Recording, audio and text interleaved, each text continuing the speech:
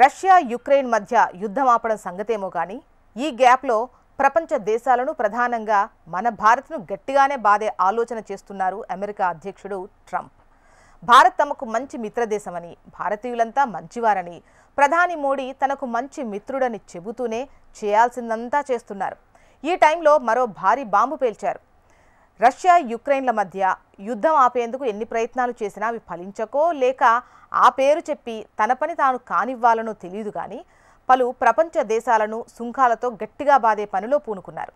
ఇందులో భాగంగా రష్యాతో వ్యాపారం చేసే దేశాలపై సుంకాల పెంపుకు సంబంధించిన బిల్లుకు తాను మద్దతిస్తున్నట్టు తాజాగా వెల్లడించారు. వాస్తవానికి రష్యాతో వ్యాపారం చేసే దేశాలపై ఇప్పటికే పెద్ద మొత్తంలో అమెరికా అధ్యక్షుడు ట్రంప్ సుంకాలు విధిస్తున్న సంగతి తెలిసిందే కదా. ఈ క్రమంలో మరింతగా సుంకాల పెంపుకు సంబంధించిన బిల్లుకు తాను మద్దతిస్తున్నట్టు రీసెంట్గా వెల్లడించారు. మాస్కోతో వాణిజ్యం చేసే దేశాలపై మరిన్ని కఠిన చర్యలకు సిద్ధమవుతున్నట్టు తెలిపారు.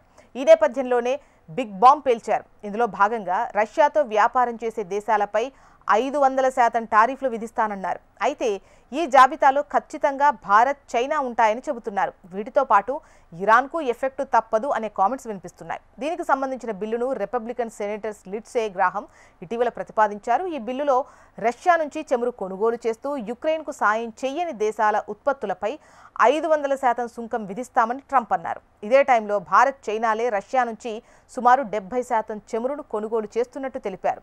ఈ నేపథ్యంలో ఈ బిల్లు అమలులోకి వస్తే ఆ దేశం నుంచి పెద్ద మొత్తంలో ముడి చమురు దిగుమతి చేసుకుంటున్న భారత్, చైనాలపై తీవ్ర ప్రభావం పడనుంది. కాగా భారతదేశంపై 50% సుంకాలు, రష్యా నుంచి ఇంధన కొనుగోళ్లకు సంబంధించి ఇంకో 25% సుంకం సహా ప్రపంచంలోని పలు దేశాలపై కొన్ని అత్యంత తీవ్రమైన సుంకాలను ట్రంప్ పరిపాలన ఇప్పటికే విధించిన సంగతి తెలిసిందే.